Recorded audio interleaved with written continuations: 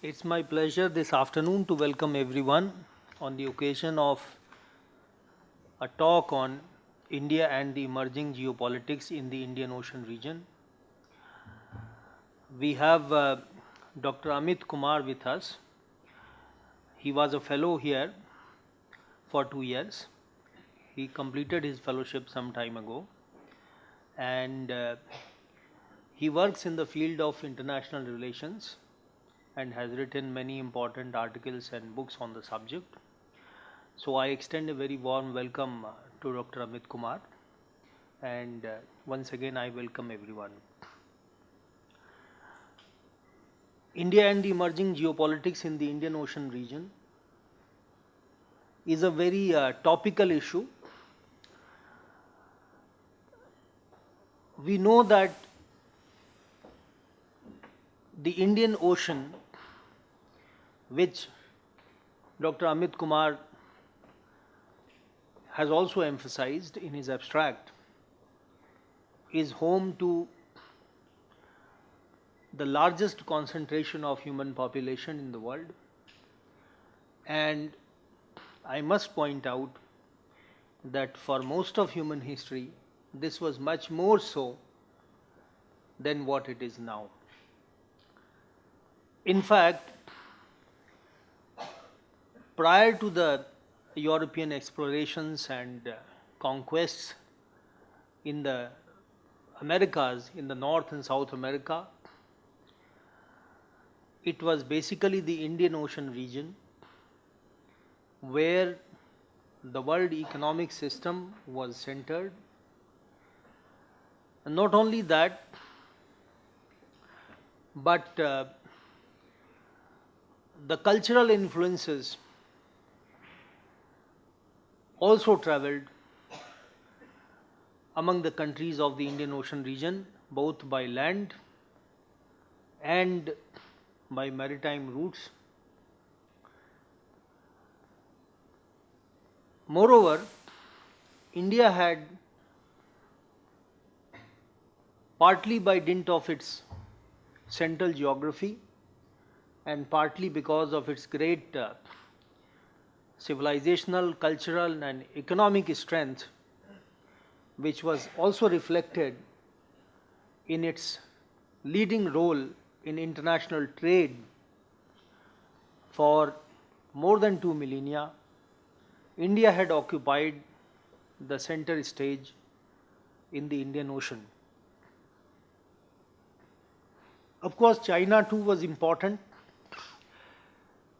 but as I see it, China had never been as open a country to the outside world as India was. There were periods in Chinese history when it opened up, and then there were periods when it closed again. But unlike that, India was always an open geography, an open civilization, open in the sense that it allowed traders, merchants, scholars, travelers from different parts of the world to come to India freely, to live here in whatever way they wanted to live, and of course to leave their legacy behind. In that sense, also India's place in the Indian Ocean region was unique for thousands of years. In fact, though Immanuel Wallerstein does not regard this Indian Ocean system as a truly world system, and he thinks that the world systems emerged only with the rise of the West and with the rise of the Atlantic Ocean. But as I said earlier, the Indian Ocean system, or the world economic system based on the Indian Ocean, should be regarded as truly a world system and not just a system that was confined to this region. So in this background then, and by the way, another important fact which many of us would be aware of, it was because of this central position of India in the Indian Ocean region that more than 1500 years ago, it was the Arabs who described what we today call the Indian Ocean or Hind Mahasagar in Hindi as Bahr-e-Hind. That is what is translated as Indian Ocean. So it is not we who started claiming that it is Indian Ocean. Sometimes we hear some muffled voices from people about this nomenclature, and the reality is that this nomenclature has been there for thousands of years, and it was given by outsiders because this was a reality. It was just a reflection of the existing reality. Now, during the colonial period, especially the 19th century, which was the heyday of Western colonialism in India and Asia, the Indian Ocean was obviously dominated by the colonial powers, mainly the British, which had a naval hegemony throughout the world, but certainly in both the Atlantic and the Indian Ocean. We see that from the beginning of the 20th century that it starts changing. The German rivalry with Britain, which ultimately led to the First World War, was an early sign of it. But between the two world wars, that naval domination of the Indian Ocean by the British changed fundamentally, and by the Second World War, it was decisively replaced by the American power, American naval power in the region. Now we also know that the Second World War also led to the emergence of a new world order, which was still dominated by the West, of course, but it also signified in some sense the end of the Western colonial empires and the emergence of the United States of America as the dominant power. So I believe that Dr. Amit Kumar is going to talk about one power transition which happened in the Indian Ocean in the 1960s, and then he looks at the present scenario and also at what are India's options and what is going to be India's role. So in the 1950s, I think in 1950, K.M. Panikkar wrote that famous book, Asia and the Rise of the West. So before the rise of the West, it was Asia that was dominant in this region, but the rise of the West had sort of eclipsed that. But from 1950, Panikkar and many other people predicted that gradually it is the Asian countries which would regain their position in the region, and initially it did happen in the 1950s to some extent, and it might have continued but for the fact that the Cold War intensified, and obviously in the Cold War Soviet Union was no match as far as naval power is concerned to the United States of America. So it is the American Navy which came to dominate the Indian Ocean. India, of course, had its reservations as far as this domination was concerned, but that was in a particular context that India came up with the idea of regional powers versus non-regional powers, and I think Dr. Amit Kumar is going to talk about how that has now become totally irrelevant, because within Asia now we have a power, that is China, which is totally disruptive in every sense. China doesn't want to adhere to international law at all. China doesn't want to accept the sovereignty of other countries as far as their territorial waters are concerned, and there are so many other problems that have been created because of the aggressive behavior of China. So in this context, India's position in the Indian Ocean becomes all the more important. I think many people assume that, and probably wrongly so, that America is a power which is in terminal decline. That may not be the case at all, but certainly, and we have a naval expert sitting here, so we would like to hear from him during the discussion, but certainly it can be said that certain uh, recent developments in naval power have brought about a fundamental change in the equations between the dominant powers and the emerging powers. Uh, the so that is going to be an important part of this scenario. And when we talk about India and the emerging geopolitics in the Indian Ocean region, all these factors, including the rise of the middle powers, Australia, Japan, Indonesia, Philippines, etc., uh, complicates the matter further. So I don't want to preempt Dr. Amit Kumar's lecture, but of course we have been discussing these things for very long. So I once again extend a very warm welcome to him and to others as well, and request him to proceed with his Thank lecture. you, Chair. In fact, you summarized my paper. So, actually, I would like to start the paper with the outline of the presentation. First, I will just try to start with introduction about the geostrategic scenario in the Indian Ocean region, and I will briefly deal with Cold War geopolitics and superpower rivalry, and what was the India's policy during the Cold War period. That will go, I will cover in one or two paragraphs. And after that, that is the core part of my presentation. I will deal with post-Cold War strategic scenario. What, this period is divided into two parts. First, this is a period of about 32 years. I divided into two parts. And the first part is roughly before PM Modi, and second is after Modi. And I have discussed India's policy. Why I have divided into two parts?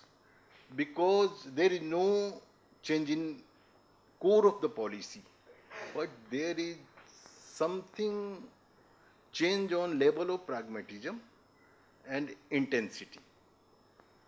And there is some change on post-Cold War strategic scenarios also after 2012 and before 2012. Right.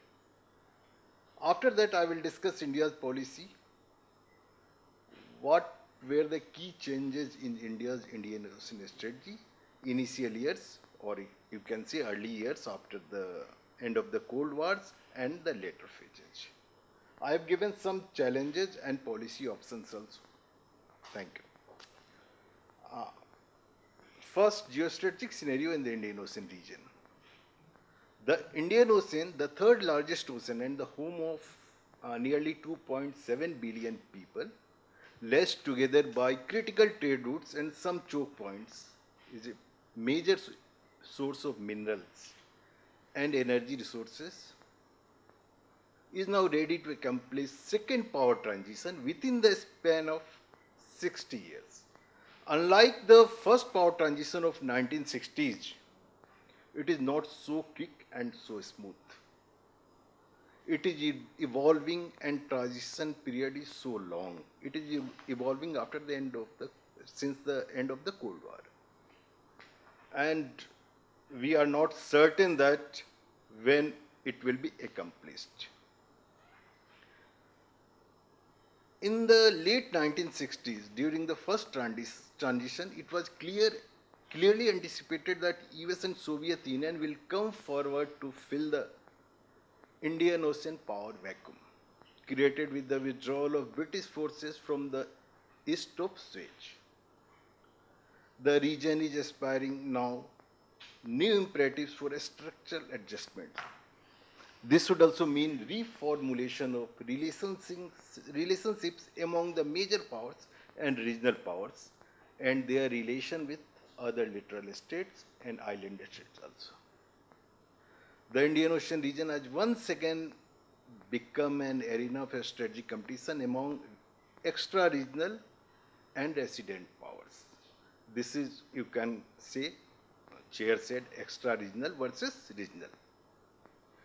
The emergence of China, India, and some other middle powers as rising states and the relative decline of US supremacy in the recent years have altered the power equations in the region. The power rivalry in the region is continuation since the British withdrawal, but there is change in actors and structure also.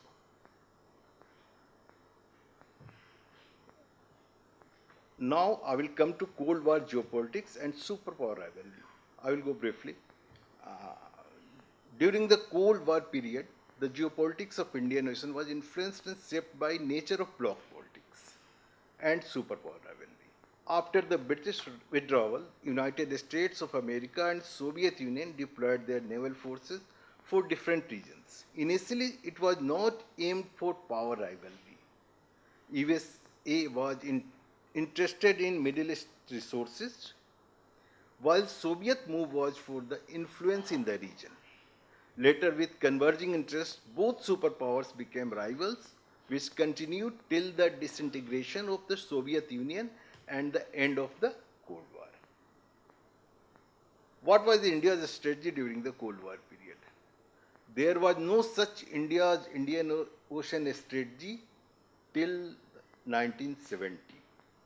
I would like to mention here, in 1960s, India welcomed the British decision of withdraw, rejected the theory of power vacuum, and declared the move as maneuvering of superpowers to justify their presence. Later, the arrival of 7th Fleet in the Bay of Bengal during the 1971 Indo-Pak War, US naval base in Dio Garcia, and the growing friendship between US and Pakistan created an atmosphere in which the US was perceived as a serious threat to India's maritime strategic interest. India responded to this exposed maritime vulnerability by strengthening its own maritime capabilities, emphasizing non-alignment, and supporting the proposal for Indian Ocean as a zone of peace, IOJP. During the late 1970s and early 1980s, India's policy moved around the zone of peace concept, which opposed the presence of extra-regional powers in the Indian Ocean. Later, the idea of zone of peace failed to get substantive regional support. In sum, India's policy was based on three broad objectives. First, the opposition of the big power military presence. Second, improvement of its image by removing suspicions. And the last, the promotion of regional consciousness, cooperation, and community feeling among the littoral states. But despite the great efforts and some initial success, New Delhi failed to achieve these objectives. Now I am coming to the core of the paper, post-Cold War strategic scenario and India's policy. First, I will discuss post-Cold War strategic scenario during the first page, or you can say early period. What were the major changes? First, I would like to mention emergence of US as a sole superpower. Since the withdrawal of Soviet Navy in 1992, the United States emerged as an unchallenged maritime power with a global reach, and other great powers could only play their roles within the broader framework of this ascendancy. However, in recent years, the power equations are gradually shifting. China, India, Japan, and some other middle powers. You can name the European powers, France, Britain. Naval potential has grown and undercuts the US relative dominance in the region. In fact, this has created the new opportunity for cooperation and competition among the regional and extra-regional powers in the Indian Ocean regions. During Cold War period, one of the key objectives of US Indian Ocean policy was to balance Soviet Union and, if possible, reduce Soviet influence. Similarly, since the end of the Cold War and after the rise of China, one of its major concerns has been to balance its peer competitor, China. And many believe that despite its relative decline US will continue to pursue this policy despite being a sole superpower. But despite being a sole superpower, US decided to balancing in the Indian Ocean region.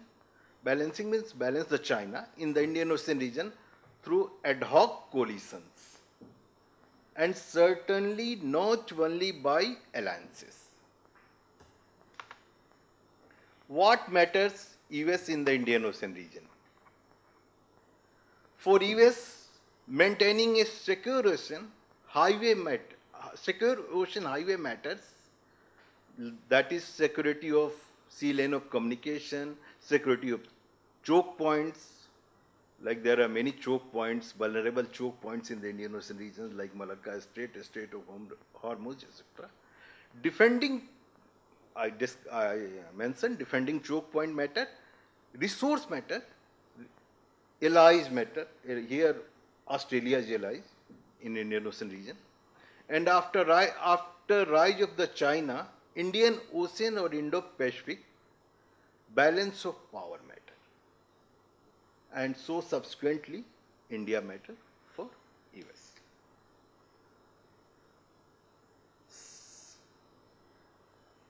Second is, in post-Cold War period, immediate after the end of disintegration of the Soviet Union, in the beginning, the balance provided by Soviet Union to the littoral state was missing. Most of the Indian Ocean littorals have no option other than to accept the US primacy in the region. India also began to adjust to the new circumstances. India was no exception. Third is rise of China and India. Here I am discussing rise of China only, not India, because it will be covered during later periods, later discussion. Since the beginning of 21st century, China looks determined to strengthen its diplomatic economic ties with Indian Ocean littoral states. In fact, Beijing is striving for access along the critical salients to protect its economic and strategic interest in the region. Although China has described this action as an instrument to protect its economic interest, but many analysts in India and US are not convinced with the Chinese interpretation.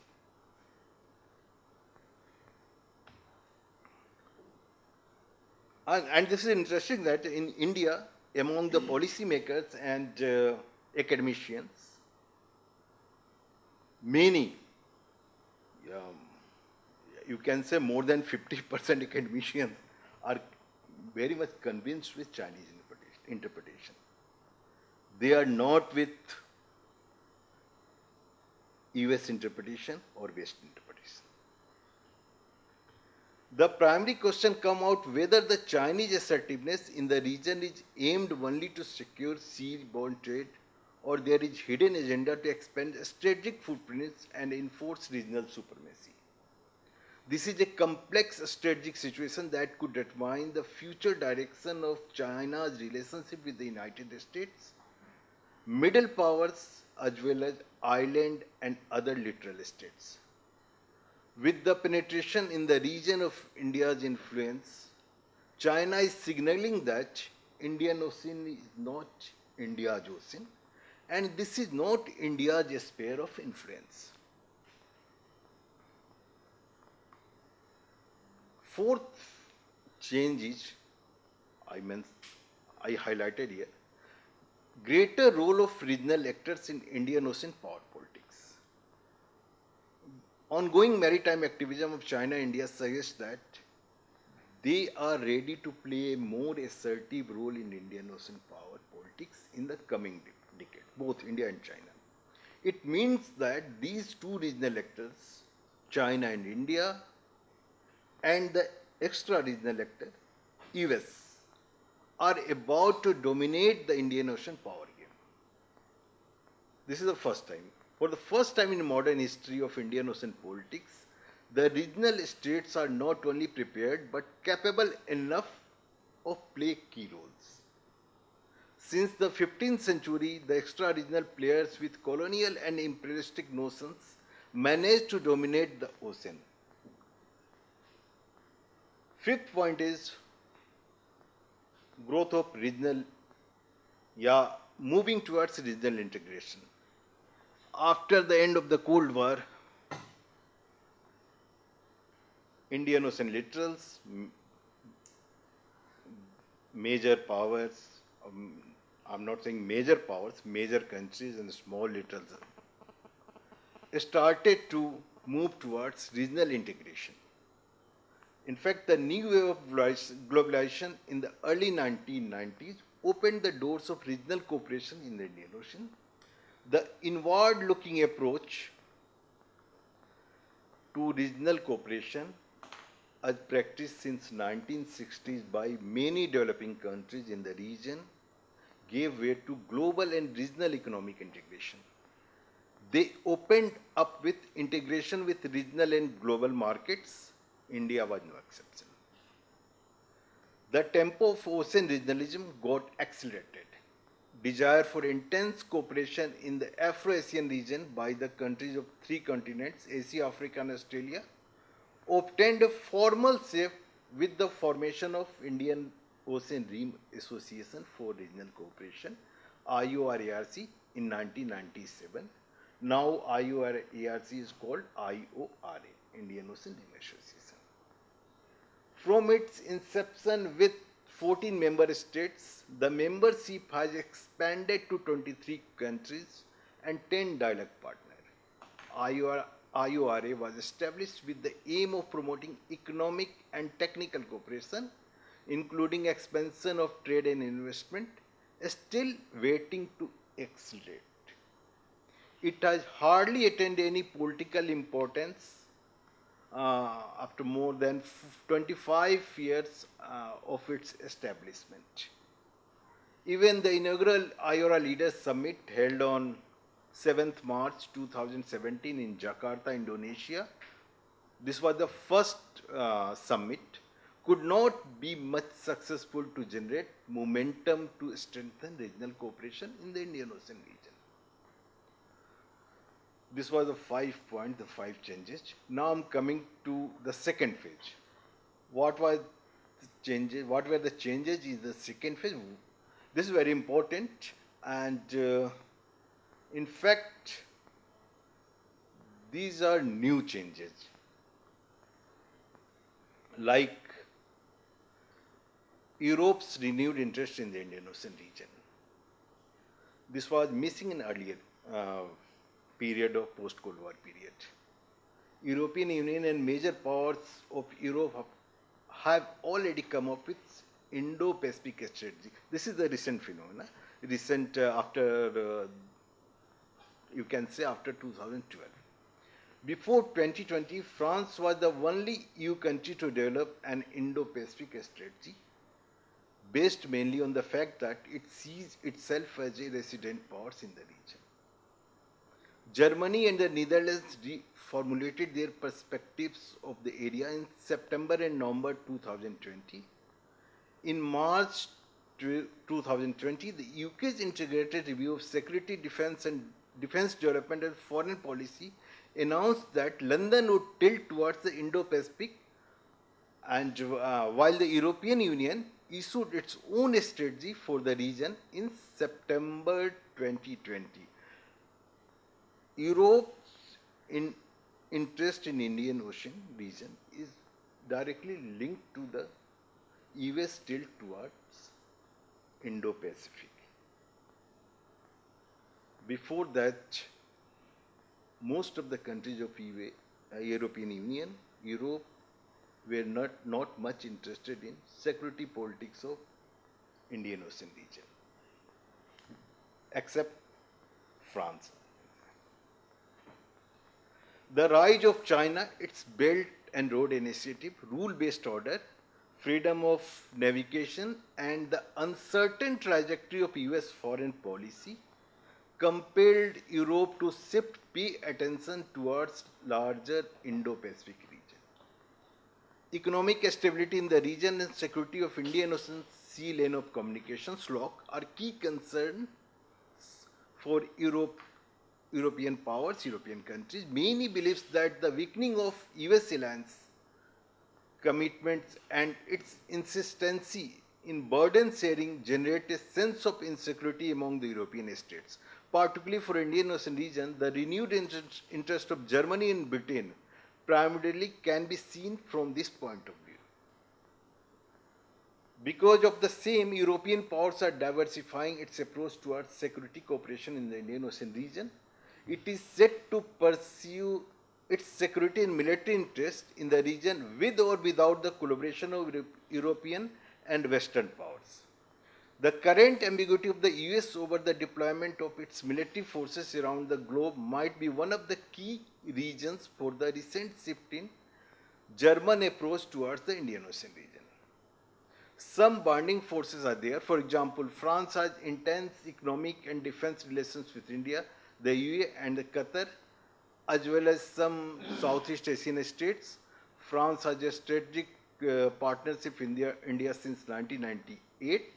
They are cooperating on civil nuclear technology, space, counter-terrorism and defense.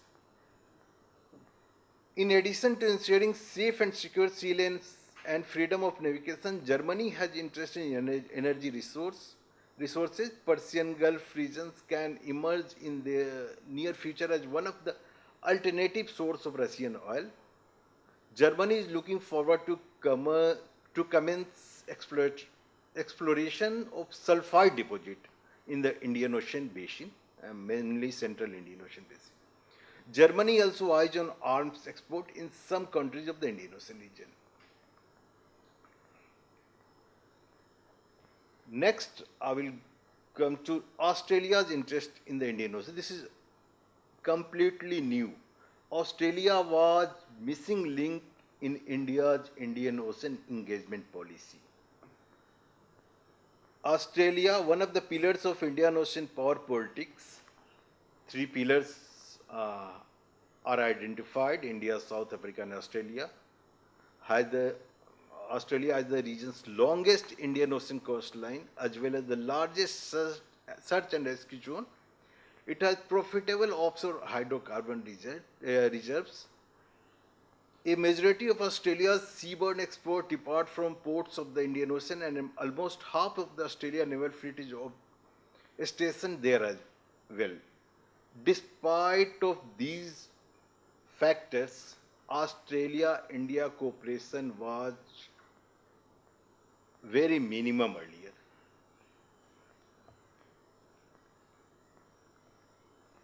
The cooperation, in fact, started in 2020.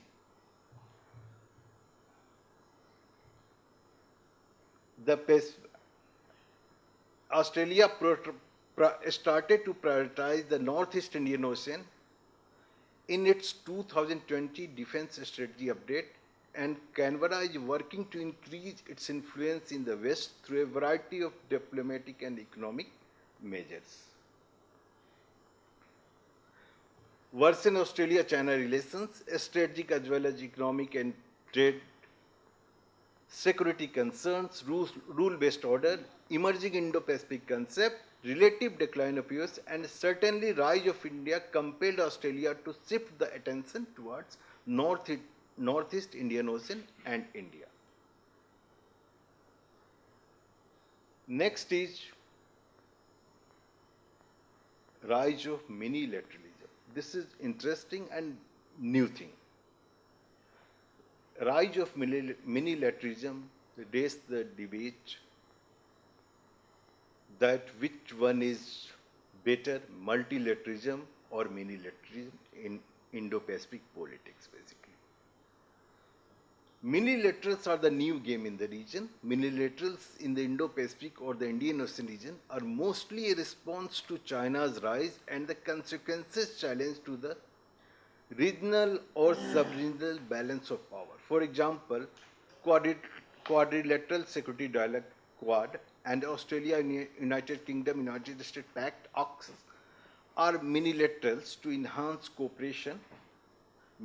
Basically, AUKUS is one mainly for military cooperation, but Quad has actually earlier we are thinking that it is cooperation for military things only, but they are cooperating on non-traditional security issues also.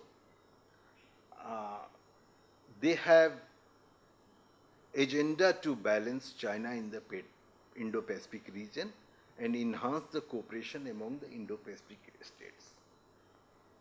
India, Indonesia, Australia trilateral, this is the minilateral in Eastern Indian Ocean region to improve traditional and non-traditional cooperation and check Chinese military activities in the Bay of Bengal and Eastern Indian Ocean.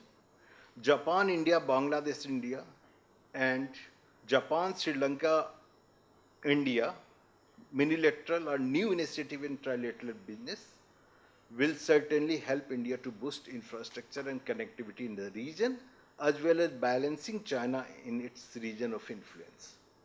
We can say that Japan, India, Bangladesh and India, Japan, Sri Lanka trilaterals with BIMSTEC and BVIN carries an added advantage to boost India's neighborhood policy. The India-France-Australia trilateral dialogue was launched in September 2020. It is a new multilateral grouping that aims to achieve a free, open, inclusive and rule-based order in Indo-Pacific. In other way, it can be linked with the balancing China approach. India, Israel, the US and the UAE formed a cooperative format in 2021, knowing a new Quad or Quad 2 seeks to address the changing geopolitics of the Middle East as well as the Western Indian Ocean. A multilateral working group or major or regional players in the Western Indian Ocean was long overdue. Why countries prefer multilateralism over multilateralism? Unlike the multilateralism, it is loosely aligned grouping of countries with specific objectives in mind. They work on shared interests and similar challenges. Multilaterals run on voluntary commitments rather than legal bindings. Such grouping provides ample room for collaboration on diverse issues from security to economic cooperation.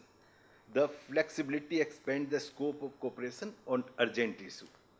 We can take the example of Quad, cooperation during COVID-19 to supply critical vaccine and medicine, quick tsunami disaster relief efforts in 2004-5 in South Asia and Southeast Asia by the same four countries. Why it is best suited for India and US both? Countries like India feel that multilaterals grouping act as practical alternatives to multilateralism or traditional alliances. India, which has long history of non-alignment and distrust of the West, does not want to get suppressed under any rigid alliance system. As a country that prioritizes its strategic economy, fears that complete dependence on external partners for security will constrain its independence in taking foreign policy decisions. Interestingly, such multilaterals are serving the United States, serving the interest of United States also, and in fact, many people believe that such type of multilaterals in Indo-Pacific are promoted by US only. In fact, the US is now moving away from being a sole guarantor in the Indo-Pacific or Indian Ocean and now trying to emerge as an active facilitator through regional multilaterals. Next point is China's attempt to institutionalize its presence in the Indian Ocean. After continuous investment in IOR littoral states in any form, diplomatic, economic or strategic, China is now attempting to institutionalize its presence there through various means, such as through making enhanced penetration into government system, developmental process, election process, through increased affinity with leaders of major parties, and engaging various social and economic working groups. But there are many hurdles among them. Measures are related to the Chinese debt policies. This was about the change geostrategic scenario. Now I'm coming to key changes in India's Indian Ocean strategy. First, some immediate changes during the post-Cold War period. After the what changes happened after the disintegration of Soviet Union, after the end of the Cold War. That the first immediate changes. Since the end of the Cold War, India has reversed. This is the core of the policy, post-Cold War policy. India has reversed its military isolationism and began to interact with major powers, all major powers I can say, regional powers and other key countries in naval cooperation and joint exercises, and has successfully enhanced its clout in the region. Four factors. Why? Four factors: collapse of the Soviet Union, liberalization of Indian economy, Gulf War I, and withdrawal of the Soviet Navy from Indian Ocean in early 1990s compelled India to reverse its self-imposed isolation in the region. Second, India and United States began to drift closer to each other in the Indian Ocean. Bilateral naval exercises symbolize that new approach that started just after the end of the Cold War. Although the exercises interrupted due to US sanctions imposed on India after Pokhran II nuclear test in 1998, but the exercises resumed in 2001 after September 11, 2001 terrorist attack. And surprisingly, in the same year, Indian ship escorted the US ships in Malacca states. In fact, such collaboration could have been unthinkable in earlier period. The Indo-US maritime cooperation further boosted after the signing of the Indo-US Defense Framework Agreement in 2005. Later in the same year I can say, decision to form a four nations coalition group of US, India, Australia and Japan for the relief operation of tsunami affected country was a forward looking move that boosted the Indo-US naval cooperation. You can say maritime cooperation, not naval. Such cooperation was unthinkable during Cold War period when US considered India as Soviet ally and India considered US as a threat to its security. The tsunami of 2004 provided the Navy with an opportunity to demonstrate its capabilities for large-scale humanitarian operations. In spite of widespread damage at home, India wasted no time in helping other affected nations in the region. This swift diplomatic move conveyed India's determination to play a responsible role as a rising nation. India emerged as champion of humanitarian assistance and disaster relief. The tsunami diplomacy also helped India to raise its regional and international profile. More importantly, anti-piracy activity in the Gulf of Aden since 2008 and relief operation in the Mediterranean 2006 and the Indian Ocean 2004-5 have underlined the growing capacity of the Indian Navy and the new political will in Delhi to act far from its source. How to balance the China in the Indian Ocean region always remained the tricky question for the Indian policymakers. Earlier, a major section of the Indian establishment found greater realism in their understanding of China. They downplayed the Chinese threat and echoed with Chinese interpretation that the China's search for access arrangement in the Indian Ocean is only to serve its economic and trade interest only. Despite the diverging views among the policymakers, Government of India has been apprehensive about China's growing naval expansion and economic and diplomatic clout in the region. New Delhi has sometimes objected to Chinese links, especially military ties with India's smaller neighbors, but this was advocism.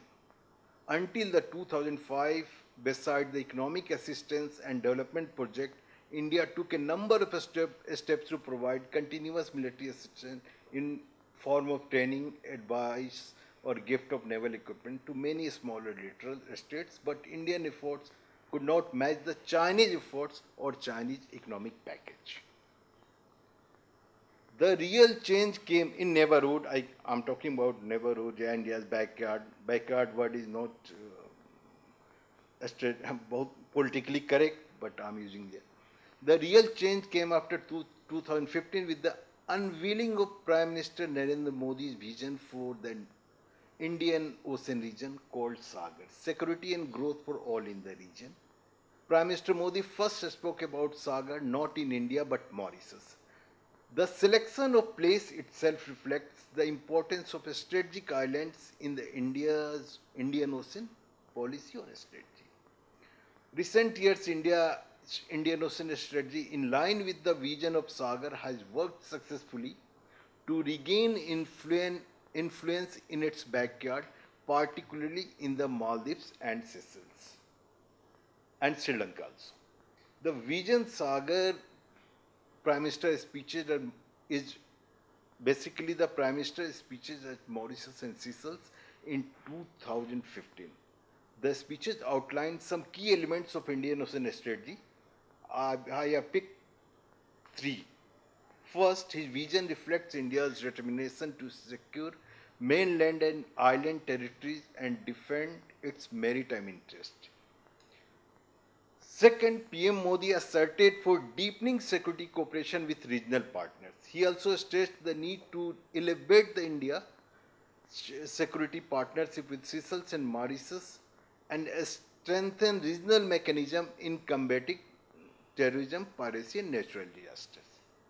Third is very important, PM Modi's vision discarded the unnecessary regional versus extra-regional debate. This was the break from Cold War mindset, reluctance to cooperate with other major powers in the region. It means greater scope of maneuvering with major powers on Indian Ocean security front. Now, India's approach towards Indian Ocean region during the COVID-19 pandemic, how it enhanced India's influence in the region. This is the part of India's strategy also. Amidst the COVID-19 pandemic, India has turned the crisis into an opportunity in the Indian Ocean region thanks to its humanitarian assistance program, increased engagement with other powers in the region and the Vision Sagar. Consequently, the Mission Sagar and Vision Sagar, that was the name of the COVID-19 policy strategy, that development thing pursued under the name of the Mission Sagar. So I'm saying that the Mission Sagar and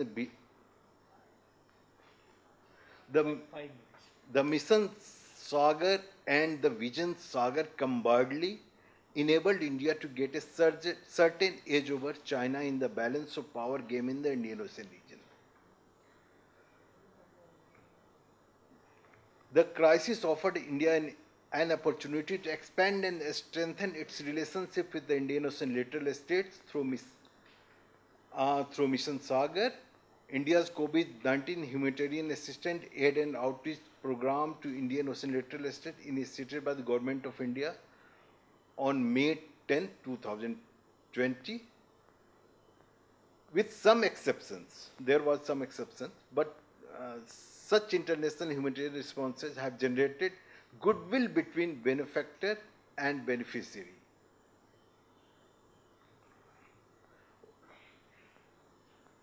I would like to mention India's policy towards Andaman and Nicobar Island. For India, a strategic island outside of the Indian territory are important, but recently India has realized the development of strategic and economic development of Andaman and Nicobar Islands and Lakshadweep Islands is must for India. India's strategic interest, Chinese influence is growing in the Bay of Bengal region.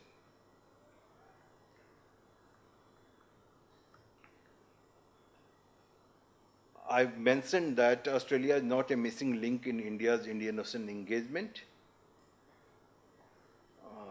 During the COVID-19 crisis on June 4, 2020, India and Australia, after a virtual summit, arranged a virtual summit between Prime Minister Narendra Modi and his Australian counterpart PM Scott Morrison, concluded a mutual logistics support agreement and issued a joint declaration on a shared vision for maritime cooperation in the Indo-Pacific.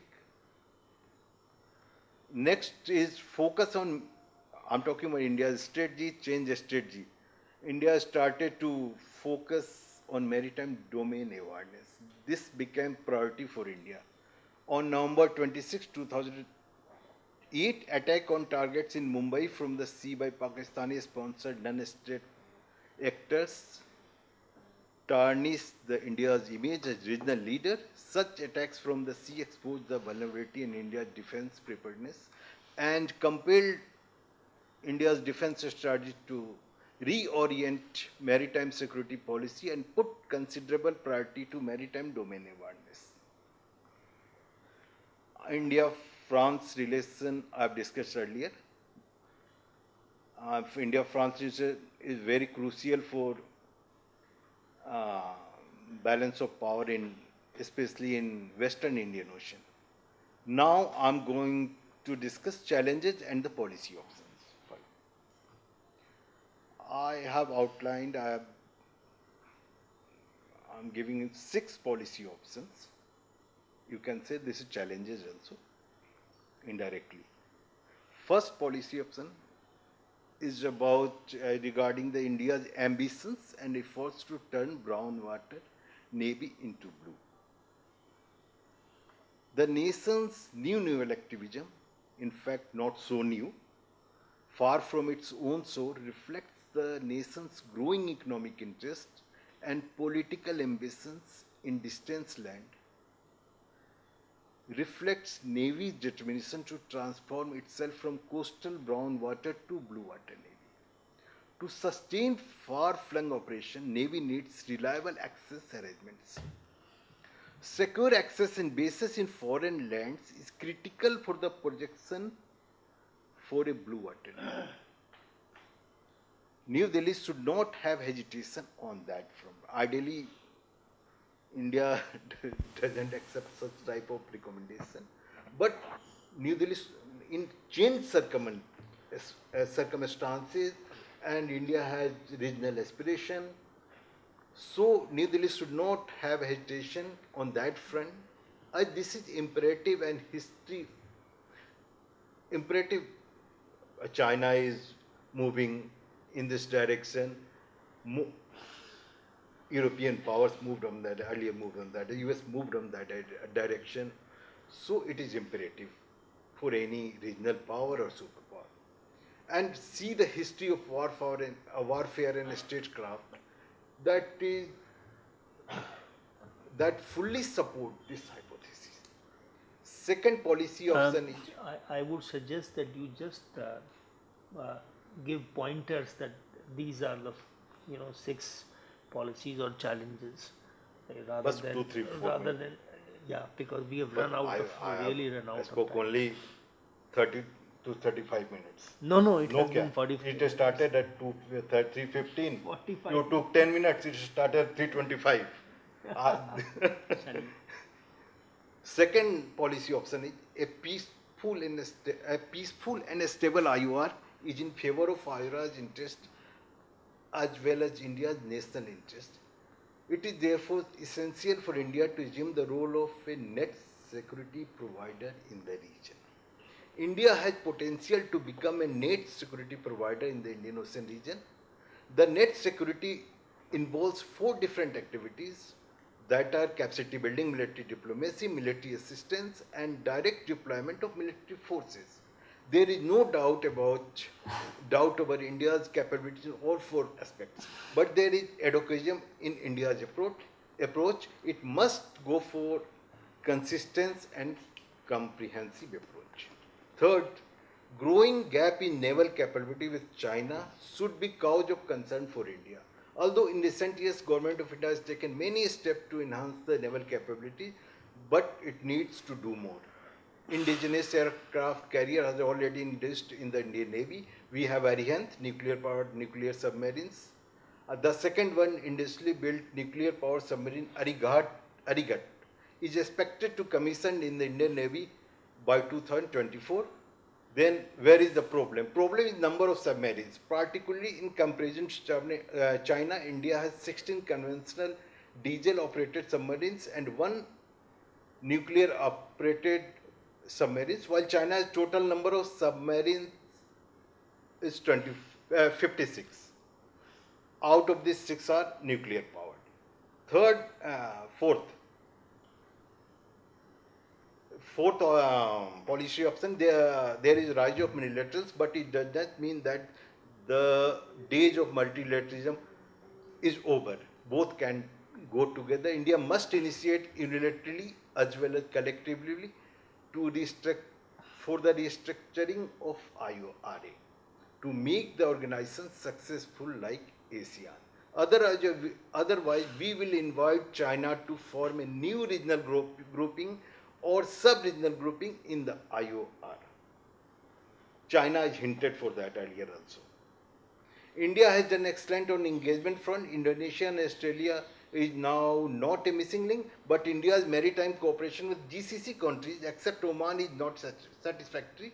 Hopefully, with the growing cooperation among India, Saudi Arabia, and United Arab Emirates and United States, I2E2, and initiation of IAMC, India Middle East India Middle East European Economic Corridor project, the gap will be bridged.